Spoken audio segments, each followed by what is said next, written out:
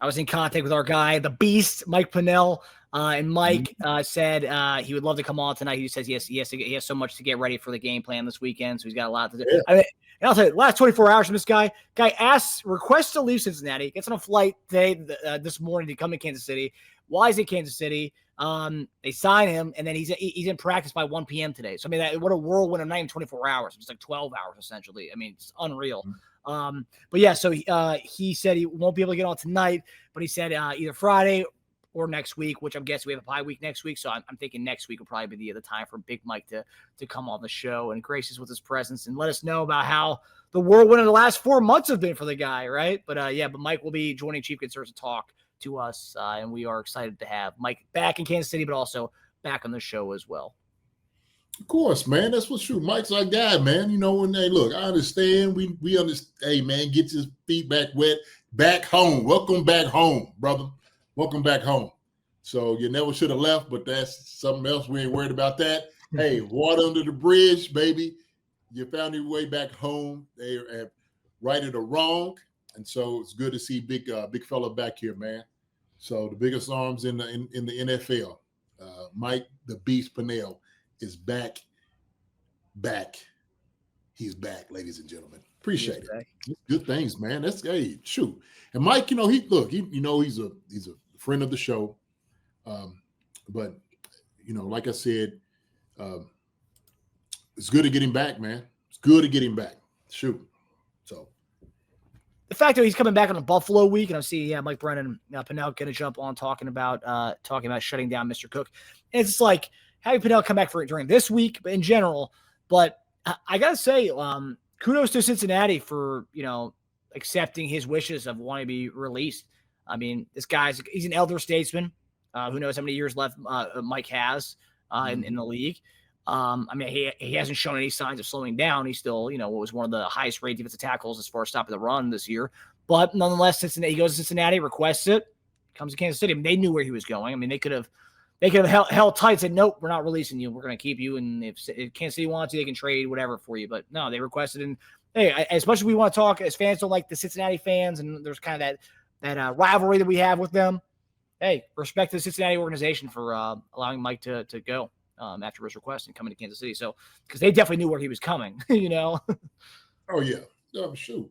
Hey, look, I'm sure, it was a lot of contention there, when he left. Obviously, a lot of different stories and noise. But the thing is, he found himself over in Cincinnati. And so, they've been marred with a lot of disappointment and whatnot. Joe Flacco tried to come over and give him a little bit more juice. He has provided somewhat of that, but Mike was like, hey man, defensively, shoot, I need to be back home. Okay. Enough of this farce. Let's get this thing back rolling where we need to be. And Veach is like, hey man, can we get our guy back here? What we need to do. So I'm glad he is back home. So this is good. This is good for us. Good. It's great. For him.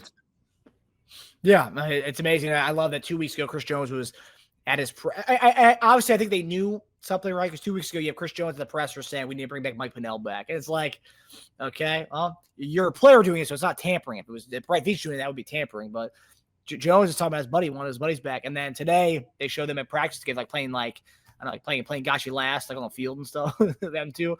I mean, just two kids just being happy to see their best friend back and stuff. So it was really cool to see that. Yeah. And that this just promotes positive vibes throughout the whole team, just to have another guy back in the room. And I heard from other people today who DM'd us saying that Pennel was even the short time he was with some of the rookies, Pennel was a really a good veteran for some of the rookies that we have. I heard from Gelati's mom. Gelati's mom said that Pennel was awesome this summer for Ashton to help him get acclimated to the league. And and you hear that stuff, you're like, look, we do that. We have Fabian Lovett on, and Fabian Lovett said, yeah, Mike Pennel was great as far as helping me get acclimated to being in the NFL. So you hear this from the young guys, and also you see his love and brotherhood that he has with Chris Jones. That's a really good guy to have in the locker room. It is. Look, he looked like everybody's big brother, and so he set the tone, letting everybody know exactly what it meant, getting into the league. He's been around a few teams, been around some really great players in his experience and time playing. So what you do is you pass off that information to the younger guys. Let them understand what it is, what it takes to be in this league, to get to like where Mike Pennel is, Fabian Lovett and those guys. Like, you would be a fool not to sit back and listen to what this man has to say. And so I'm sure that's why they appreciated him. But not only that, but also his personality, Marcus. That was another thing that I think everybody, spoke on, was just who he was, just as a person. Just not his experience in itself, just being a veteran guy, but also to his personality, man, is a huge personality, and everybody appreciated that. So I think that's why it was a head scratcher to me and you. A lot of people in Chiefs Kingdom, they're like, well, hey, why y'all make this move? Well, what was this all about? And so, Yeah. But hey, man, at the end of the day, we got him back. It's just unfortunate that it took this long to get here, but hey, that we'll forget about the past. We'll deal with the right now and the current that he is back in Kansas City. Our friend of the show, Mike Pennel, is back. And on Monday, we talked about, potential of what are we going to go for? We're going to trade for a DN, defensive tackle. And now we didn't trade for one, but we got a guy in who's amongst the best of being run stuffing defensive tackles in the league. Again, this is something we vouched for right after it happens. Like, can we make this right? Can they bring him back at some point? He ends up going to Cincinnati. Then 2 months later, he's requesting to be out of Cincinnati and signing with the Chiefs within 12 hours of his release from Cincinnati. And Mike Pennel, just how big of a boost is it for the Chiefs to have Mike Pennel back? And does this mean we're done making moves to the defensive line, or do you think there could be more to come after bringing back Mike Pennel? I'll tell you what, that was a good question, because I was going to ask you the same thing. Do you think we're done making moves at D-line? Are we just okay with Mike Pennel coming back here and filling the void? Now, look, I love Mike Pennel coming back. We needed Mike to be here. We needed Mike to be here. And so he's going to provide a lot of that, the run stuffing defense that he had. And so I love Mike for that. But I think we still need a guy that's going to be able to provide a little bit more pass rush as well. Okay. What Mike is really good at, Mike could bench press a truck. Okay. And the thing is, why he can do that, we need some more pressure on the quarterback. All right. And so what Mike does provide in the run game, that he does a much better job than, I would say, some of the guys we got. We need to get somebody to get a little bit more pressure on the inside from maybe a more pass rusher type of guy. So maybe and a younger guy though too, Marcus. Right? That's another thing, and you're probably looking for a young dude to come in and do something. So I think that's you might want to move into that realm of getting another dude as well as Mike, because Mike complements us a lot. That's what he does. He complements what we do defensively incredibly well. And he's going to provide a lot of those things for those while he's in there. Another thing Mike can also do, like you heard from Fabian, Lovett, and those guys, man, is he can be a mentor to a younger guy to come in, right? Even though Omar Norman Lott is not there because he got hurt, but shoot, bring another young body that he can kind of help out. Or maybe we find somebody on the practice squad who hadn't really shown, and Mike could help those guys out too, right? When we got some young dudes, I'm still trying to, because I'm not hearing enough about them. And I would assume some of those guys might start making some noise, make some headway, right? Then we end up with the whole talk with getting rid of Mike Pennel was, are we going for the youth? For the young guys. We want it to be young, okay. Besides Gelati, right? And Gelati's playing more defensive end than anything else, right? He could do, and Gelati could do it all, right? We know him, Mike Dana, Charles Amenahu, those guys, they can do things like that. They could go inside and outside. But if you're looking from a true inside D tackle, 3 technique pass rusher, that's what you're looking for, like a young guy. And you just wonder why it hadn't really worked out that way. So, hey, thank God we brought Mike Pennel back, put it that way. So, Yeah, Mike Brennan made a good comment here. He said we needed a big man before the Omar Norman Law injury happened. We need another DT before that.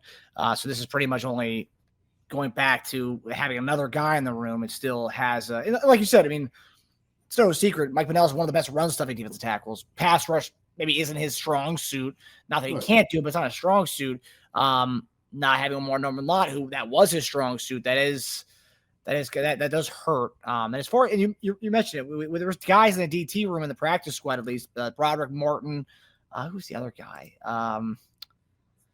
Zach Pickens from South Carolina. I mean, there's guys, but we haven't heard anything from these guys. I mean, I don't know. The only time I've seen Broderick Martin this year was during that Lions game at the end where he was trying to break up the fight because he used to play for the Lions. So he was trying the big body just get in between guys. That's it. That's all I've seen from him.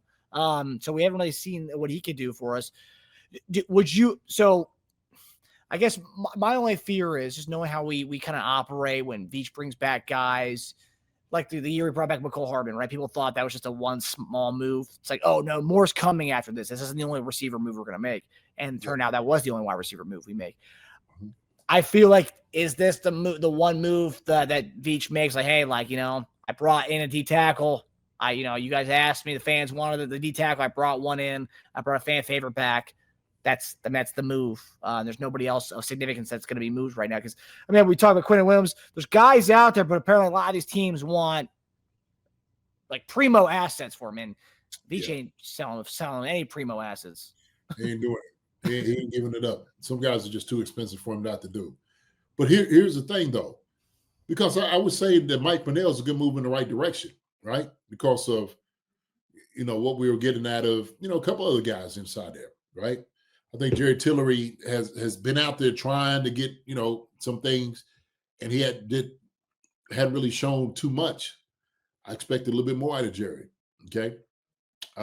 Nandi, I said, we said, Derek Nandi was another one that we felt like, okay, we made this move to get him back here, gave him a pick for him, and then all of a sudden,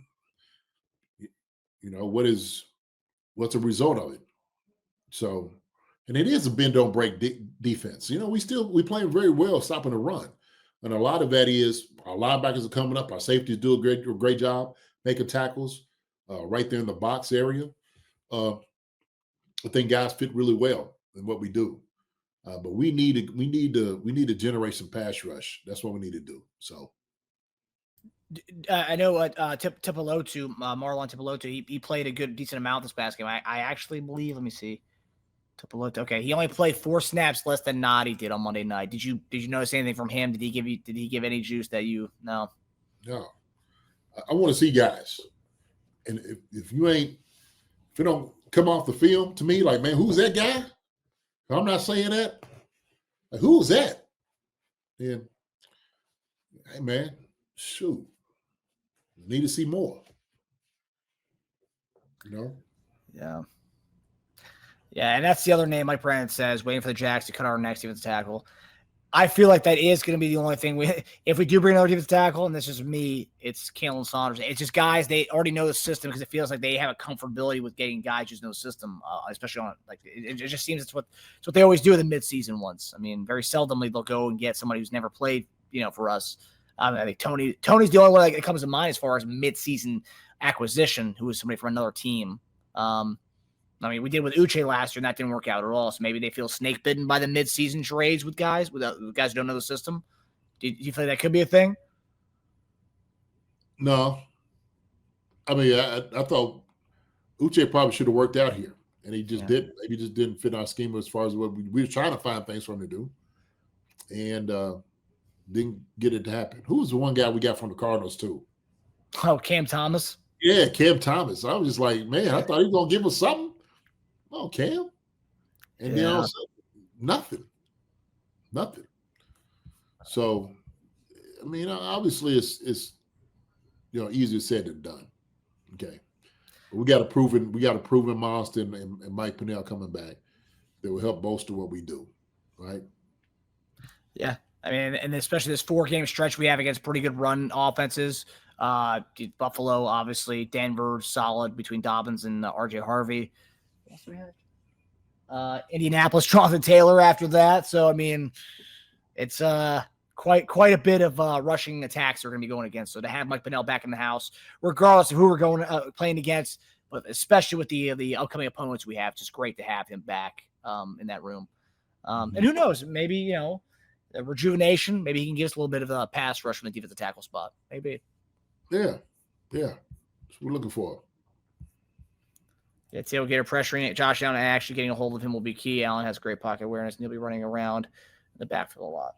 Yeah, we'll get to that in a little bit here. All right, JD. So another big storyline. Oh, D-Hop didn't give us much. That was but I will say D-Hop did give us a good amount for midseason in comparison to other guys we've got in the past. Well, midseason. I will say this, and I'm gonna go to bat for D-Hop. It was almost like we went away from D-Hop later on in the season. It didn't make any sense to me. Made no sense. I'm like, hey man, what's the deal? You see a sucker catching footballs up there with the Ravens? I don't put that on D-Hop. We just want giving him, we want to give him looks. That's my assessment. And I couldn't understand why we went away from D-Hop. He made it one, I think, he dropped the ball or something like that, and everybody got all over him. I'm just like, D-Hop has the best hands in the world. Keep throwing the ball to him. And I'll guarantee you're going to catch 9 out of 10. So. Hey, he went for getting I'm looking at the game log right now. He went for getting 9 targets. So first game 9. Or wait, that was first game. Okay, so first game was against the Raiders the first time around. Okay, so 9, 5, 4, 6, 9, 9, and then 6, 4, 4, 1, 2, 5. Yeah. They made no effort to get him the ball anymore. I don't know what that was. Just trust with Pat? Pat's lack of trust, or Pat not having time? I don't know. I don't think so. And D-Hop's one of those, man. He could catch anything. He run pretty much any route. He has certain routes that he's very good at. Okay. And maybe some things like getting open or like sitting in zone. Hey, maybe he don't stop as well. But I tell you what, you put him up a sideline, back shoulder throw, and all those different things, he's got it. Shoot, basics and all, he has that. Deep routes, you got it. So, yeah, I just not picking up a quick game. I don't believe that was the case. But we weren't looking for him to be Rashid Rice. That's not what we're doing. It was just another weapon to have. Yeah, Deshaun said we're keeping D-Hop's snap count below 50%, so the trade compensation stayed at the 5th rounder instead of a 4th. I genuinely believe they did that, which is crazy to me, honestly. Like, come on, we're trying to win a Super Bowl. Why are we caring about guys' snap numbers? I mean, I believe they did that because that's just how Veach operates up there. But like, man, but you talking about that's wild. Yeah, it is. And I mean, you had to be like surgical too. Like as far as like doing that. I mean, I don't think we were anywhere near, as far as having to be at 50%. You know what I'm saying? It was a couple of times that, you had him. It was, but where we just went away from him toward the end, it just didn't make any sense. Do you know what I'm saying? Like you could have had him come in for 25% of the snap share for a game or 30% of the snap share for the game. But in those snaps he's there, you make a point to target him. All to him. 30%, man, at least. I'm going to D-Hop. 35% D-Hop in there. I'm coming to D-Hop. They would just have to know I'm throwing at this joker. Yeah. So, yeah, he did that. He definitely did that for sure. No doubt about that. That's a beautiful thing. Yes. Worthy, the way that he ascended is because of that man D-Hop. No doubt about it. Yeah. And that's the stuff that doesn't get shown on stat counts and stat sheets, but that's the stuff that, Worthy became I'm not going to say it's all because of D-Hop, but 100% of a lot of his knowledge and IQ came from D-Hop last year, reading defenses. Worthy talked about himself, the way he learned from D-Hop. So, that's just something that's going to be paramount for Worthy throughout his career, is the first year he had with DeAndre Hopkins. Yeah. D-Hop would have looked like a red and white Power Ranger if he could have gotten into a rhythm.